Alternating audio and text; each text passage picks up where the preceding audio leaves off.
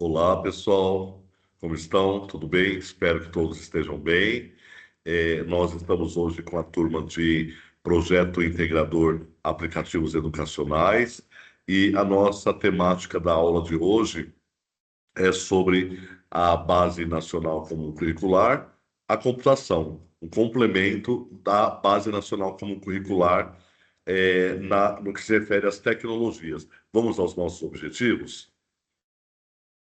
Então, nossos objetivos são compreender a importância da BNCC na computação e suas tecnologias, comunicar-se, acessar e produzir informações e conhecimento, resolver problemas e exercer protagonismo de autoria. Por que exercer protagonismo de autoria? Todos nós, né, todos os momentos, todos os dias, utilizamos aí as tecnologias aí, tanto na sala de aula, como também na vida pessoal, na vida social. Todos nós aí somos agentes, né, protagonistas do mundo digital. Então, vamos aí o que se refere para a escola, para a educação infantil, para os anos iniciais e para o ensino fundamental.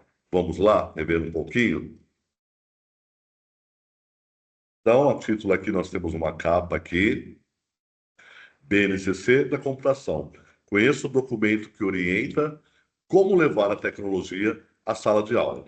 Esse é um recorte que foi disponibilizado pela revista Nova Escola. E aí ele fala aqui, a aproximação das crianças com tecnologia para compreender desde a educação infantil, só vou ajustar meu áudio aqui, acho que está ok, compreender desde a educação infantil até os anos finais. Esse é um documento orientador, foi implementado em 2022 para todas as etapas da educação básica.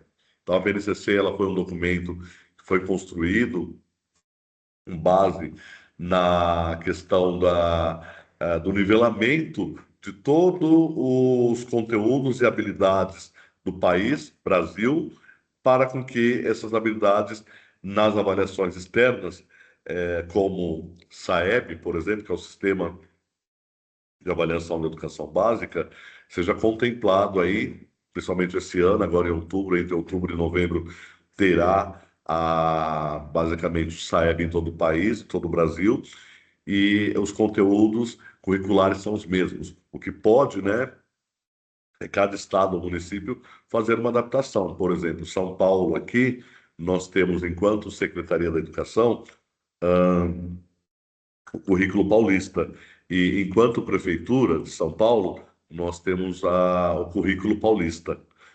Mas não, currículo da cidade de São Paulo. E cada estado, município vai adaptando. Por exemplo, tem o currículo de Londrina, mas todos estão atrelados à BNCC. E aí, agora também falando da BNCC da computação. Vamos lá um pouquinho? Aqui, eu trouxe aqui um recorte para nós, etapa da educação infantil. Nós temos aí nesse documento, aqui inclusive tem aqui a origem, aqui nesse link que vocês observam aqui, do MEC. Ele traz aqui a etapa da educação infantil entre a página 1 e 2, e a etapa do ensino fundamental, ele vem direcionando aí, ó, do primeiro até o quinto ano dos anos iniciais, o que é e o que pode ser adquirido nas aulas de computação ou a tecnologia. Então, no primeiro, segundo, terceiro, quarto, quinto ano, que é a primeira etapa, e aí a segunda etapa, que é do sexto ao nono ano, e a etapa do ensino médio. Então, todas hoje as disciplinas também estão relacionadas aí às tecnologias. Nós não falamos matemática e suas tecnologias, ou até mesmo algumas escolas já têm no currículo a disciplina de tecnologia e inovação, ou apenas tecnologia. E aí nós temos o quê? Vale lembrar que nós temos 10 competências na Base Nacional Comum Curricular. Em específico aqui, nós temos uma das competências, a competência 5, que é a cultura digital que ela fala aqui. Ela vem com o intuito de compreender, utilizar, criar tecnologias digitais de informação e comunicação de forma crítica, significativa, reflexiva e ética nas diversas práticas sociais, inclusive na escola. Por que que nós utilizamos as redes sociais? Por que que nós lemos uma notícia? Por que que o professor, a professora de língua portuguesa pode solicitar um texto jornalístico ou uma receita ou até mesmo um texto informativo, mas para qual intuito? De que maneira que ele pode tornar-se reflexivo, significativo? De que maneira que nós podemos analisar uma notícia de forma crítica, construtiva? Quem trabalha muito com isso é o Enem, os vestibulares também, com textos. A partir desses textos, vocês, de uma maneira crítica, significativa, vai utilizando aí, vai adaptando aí, de uma maneira positiva, tentando disseminar as informações, produzir conhecimentos, resolver problemas, exercer protagonismo e autoria na vida pessoal e coletiva. Por exemplo, desde domingo, né, todos nós temos ouvido aí nos meios de comunicação sobre o uso de metanol nas bebidas alcoólicas. De que maneira que as pessoas estão entendendo esse noticiário? De que maneira que a mídia está produzindo essas informações? Quais evidências que foram encontradas a respeito dessas informações ou dessas bebidas? Por exemplo, hoje, ao vir para cá, eu ouvi dizer que de cada 5 bebidas, vamos citar aí a vodka, de cada 5 vodkas, uma delas é considerada batizada. Mas assim, de onde veio? Qual a procedência? Qual o fundamento dela? Por que que está acontecendo tudo isso? O porquê que os meios de comunicação estão desenvolvendo esses noticiários? Então, está aí no nosso mundo, né, na cultura digital, que vem informações aí pela internet, pelo mundo, pela mídia, pelos meios de comunicação, mas de que maneira que eu estou disseminando e de que maneira que eu vou agir de forma crítica, reflexiva e ética para que eu possa aí fazer um desdobramento dessa prática enquanto prática social. Vale a pena também lembrar uma contextualização aqui a respeito da BNCC. Ela vai desde a educação infantil até o ensino médio. Competência Geral 5, que nós acabamos de fazer uma reflexão. Então, 2018 foi criado o documento Base Nacional Comum Curricular. Aqui em específico, 2019, ele fala SEDUC São Paulo, a Secretaria da Educação do Estado de São Paulo, ela, juntamente com esse documento, ela traz habilidades de letramento digital no currículo. Lembra quando nós falamos o que é letramento digital? Na aula, vamos aí anotar aí, fazer uma pesquisa, o que é letramento digital. Na aula ao vivo, nós vamos aí fazer uma nova revisão a respeito, mas enquanto isso, eu deixo para vocês aí pesquisarem o que é o letramento digital e como é que ele pode ser influenciado no currículo. 2022, que é o complemento, né, da BNCC, e falando aí da BNCC da computação. 2023, adequação dos currículos em todo o país, em todo o Brasil, sobre o letramento digital, né? Está relacionado aí a nossos estudantes e de que maneira, né? Por isso que eu sempre falo nas nossas aulas, o professor precisa estar inserido no mundo digital. O professor precisa trabalhar com as tecnologias digitais na sala de aula. E por que não trabalhar o letramento digital hoje ele como direito do estudante? Então, o direito do estudante saber o que é o letramento digital para a escola. Mas, antes de mais nada, é importante que o professor saiba o que é o letramento digital.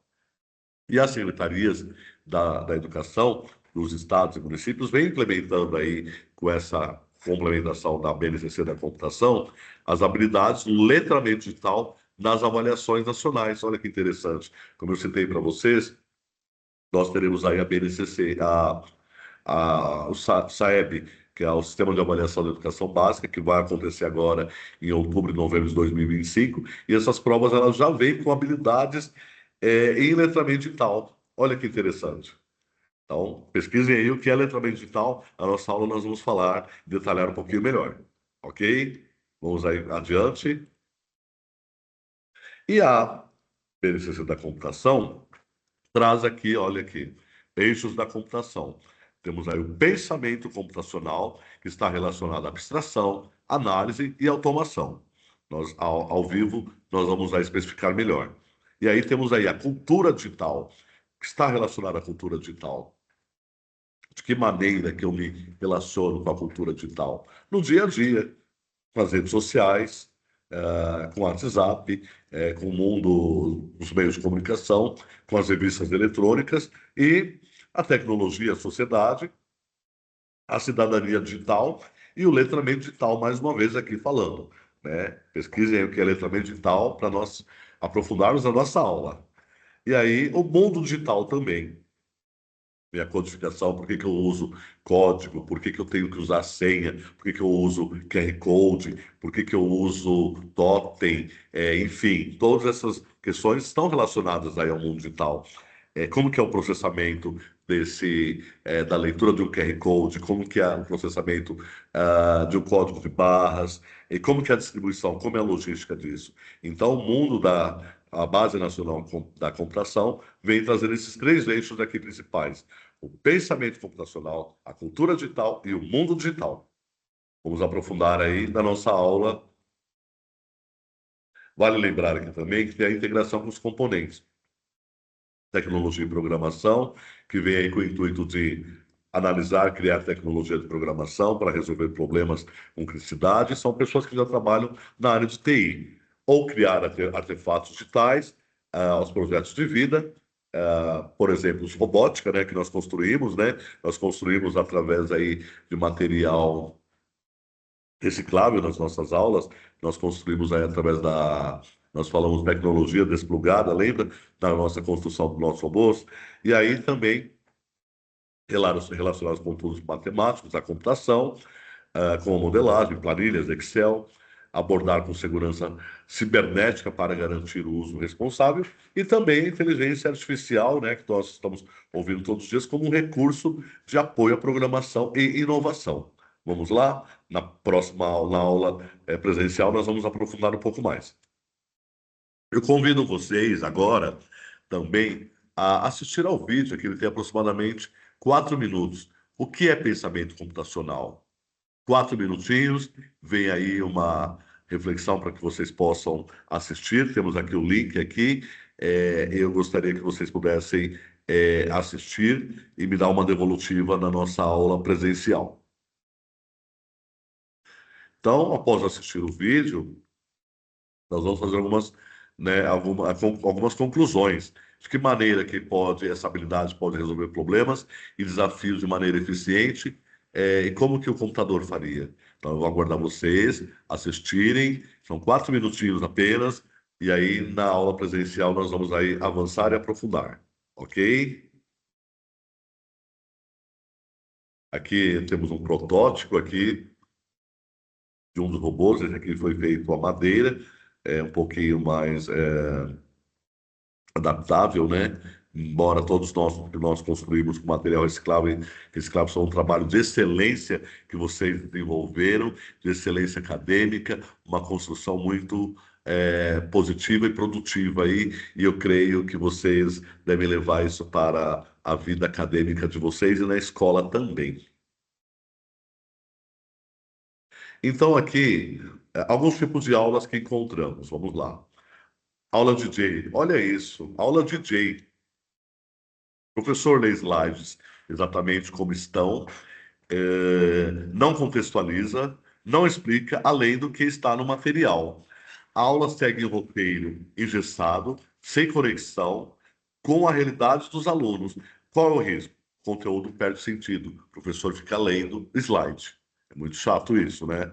E temos a aula Bob Consumidor. O professor vai direto para a montagem ou programação, não trabalha o conteúdo teórico, que base as ações. A prática existe, mas sem reflexão ou compreensão dos conceitos. Quais são os riscos? Os alunos reproduzem, mas não entendem a lacunas de aprendizagem. Lacunas é dificuldades. Talvez aí uma videoaula que vocês tenham aí, que vocês não consigam entender em algum momento. Tem uma aula casquinha mista. Olha isso. O professor lê slides, entrega a programação, pronta para os alunos copiarem, nem explora o conteúdo, nem convida a criação ou autoria, ou uma aula mecânica, sem aprofundamento ou sem engajamento. Qual o risco? O aluno vira executor sem pensar e sem experimentar. E por último, a aula autoatendimento. Olha isso. O professor fornece os slides para os alunos, os instrui a ler e realizar atividades sem qualquer interferência do mesmo. Qual o risco? O aluno não compreende a aula de forma integral. Então, nada mais, nada menos, né? Tem que ter a integração, a sintonia, compartilhamento, a pergunta, a devolutiva, né? A pausa, para que o aluno possa compreender melhor. Então, aí, alguns tipos de aulas, né, que encontramos no dia a dia. Aula DJ, aula Bob Construtor, a aula casquinha mista e a aula autoatendimento. Interessante, né? Mas acredito que você já deve ter passado, deve ter observado algumas aulas nesse sentido. Depois vamos aprofundar um pouquinho mais. E o que esperamos de uma aula, não só de robótica?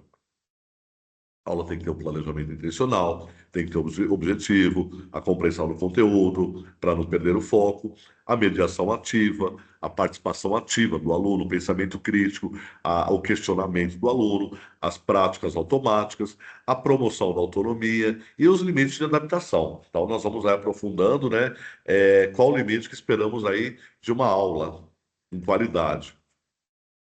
Como pode ser a dinâmica de uma aula? Aqui são algumas estratégias aqui para os professores lá mencionados anteriormente, né? Apresentar o conteúdo, os professores podem apresentar conteúdos com apoio visual, digital ou na lousa. Ele pode relacionar com a teoria, também com protótipos, os alunos vão construir, no caso nós construímos nosso robô, propor perguntas, propor perguntas antes da prática para incentivar o pensamento. Então, como eu disse, vocês construíram os robôs. De que maneira vocês construíram? Vocês deram nome, quais os objetivos, qual o material, o funcionamento dele, e criaram roteiros também, né? Simples, conteúdos desafios, desafiadores e curtos também. Qual a forma de tornar as aulas interessantes? Professor que utiliza gamificação. Temos aí alguns exemplos aí, a gamificação como o WordWall, nós vamos aprofundar um pouco mais nas nossas aulas. É, o elefante letrado, acredito que já ouviram falar. Matfic, relacionado à matemática. Também está relacionado a analogias do dia, né? Aplicação de comparações cotidianas, a contação de histórias, né? Temos histórias em quadrinhos, gibis, o WordWall traz muitos desafios abertos, e entre outras também sugestões que podem aí ser aprofundadas aí durante o nosso período aí, após a nossa N1 para a N2. No período da nossa N2, nós vamos aprofundar um pouco mais sobre essa questão de gamificação. Sugestões para a aula, professores. Dinâmicas de aprendizagem ativa, exploração com gamificação, quiz, já utilizaram o Kahoot, acredito que conhece o Kahoot, entre o WordWall entre outros aplicativos que vêm aí de uma maneira dinâmica interagindo com você. E aí é uma estratégia de teste, de erro, são os quizzes que vocês realizam também. Produção de jogos, de cartas, competição de grupos, representação via teatro mecânico e também a colaboração e a interação. Basicamente, né, quando há uma colaboração, uma interação, é pertinente, a aula vem dando sentido aí. E a organização e autonomia, né? Quais são os roteiros? Impresso, tem no checklist, tem alguma escolha de monitores, tem uma revisão ativa para começar a aula. Mas o mais interessante nós vamos ver aqui, ó. Qual apoio visual e criativo? Há mapas visuais, conceituais, há exemplos visuais, há registros de avaliação, de que maneira que são realizados, há ferramentas e recursos. Quais são essas ferramentas? As ferramentas estão relacionadas também ao letramento digital. Então vamos aí, pesquise aí letramento digital. Mais um pouquinho. Olha onde chegamos aqui. As ferramentas e recursos digitais para usar em aula. Então, todos nós já conhecemos, né?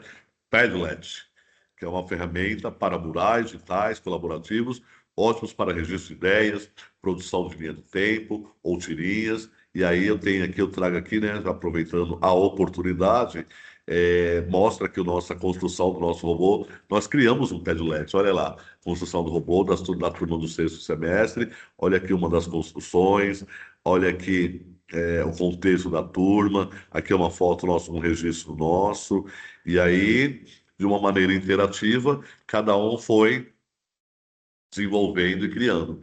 E só vale um comentário aí.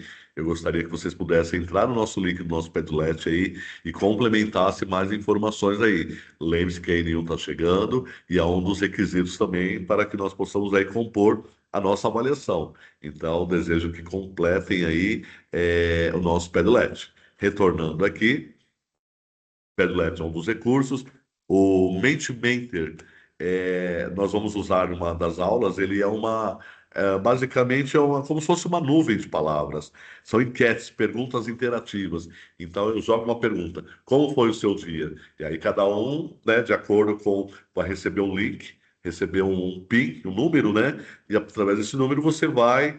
O dia foi bom, foi ruim, foi médio, foi atraente, cada um vai digitalizando, vai identificando, e aí vão surgindo uma enquete, ou nuvem de palavras, perguntas interativas, quizzes ao vivo. Então aqui nós temos o link aqui para a construção do Padlet, temos o link aqui para o Mentimeter, o Geniali também é uma ferramenta para criar apresentações, jogos, infográficos.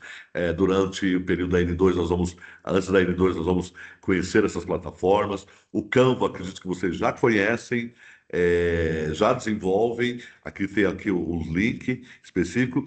E os simuladores, para que vocês possam simular aí outros recursos aqui. Então, são sugestões aqui complementares, ferramentas, recursos digitais para complementar a aula do professor. Aqui nós já demonstramos que foi a construção do nosso Padlet. É, Aqui complementando aqui mais ferramentas e recursos digitais para uso em sala de aula. Google Planilhas, PowerPoint, apresentações, você já conhece. O Kahoot, ele serve para quizzes. Aqui nós temos aqui o Plicklis, também nós vamos utilizar durante o período antes da N2. Aqui a figura 9 e o 10 aqui. Então são simulações interativas, não vou dizer que todos, mas nós temos aqui 10 ferramentas que devem ser adaptadas em sala de aula. Pelo menos 4 ou 5 nós vamos colocar isso em prática para que vocês possam construir e utilizar ferramentas tecnológicas e recursos digitais na aula, que está também atrelado aí às habilidades da BNCC, estão atreladas aí basicamente à BNCC da computação. Mais adiante, o que pode ou não pode ser mudado na aula? E aí nós estamos aqui. Gostaria que essa reflexão vocês possam dar uma lida com detalhe, né? A metodologia você pode escolher como apresentar. O ritmo da aula, como é que pode ser? Como que pode ser a forma de registro? E a dinâmica da aula? Qual a forma de realização da avaliação? Em resumo, como você conduz a aula e pode respeitar o perfil dos alunos, porque aluno repara, aluno observa, e aí nós temos que atender às necessidades, né, específicas do aluno. O nosso aluno é o nosso cliente. O que não pode ser alterado? Os objetivos centrais, conteúdo, o espírito da proposta de aprendizagem, a metodologia ativa, avaliar os alunos, envio e realização das tarefas. Então, são questões aí que vocês já observaram aí, principalmente nas aulas que vocês têm nas quintas e sextas-feiras. Lá vocês têm quizzes, vocês têm atividades interativas e, de alguma maneira, vem contribuindo aí com o nosso dia a dia. Vamos mais um pouquinho adiante aqui. Agora nós temos aqui a referência do nosso trabalho aqui, a nossa indicação da aula aqui, Revista Nova Escola, do MEC, Ministério da Educação e Cultura, a Secretaria da Educação do Estado de São Paulo, as prefeituras, e também entendendo e aplicando a gamificação. O que é, para que serve, quais as potencialidades e desafios. Nós temos aqui as autoras, aqui, Carolina Elisa e Gabriel Ferrari. Esse é o nosso material referente à nossa aula passada. Gostaria que vocês pudessem assistir, aprofundar um pouco os conhecimentos para que nós possamos aí desenvolver algumas estratégias e elaboração da nossa N1.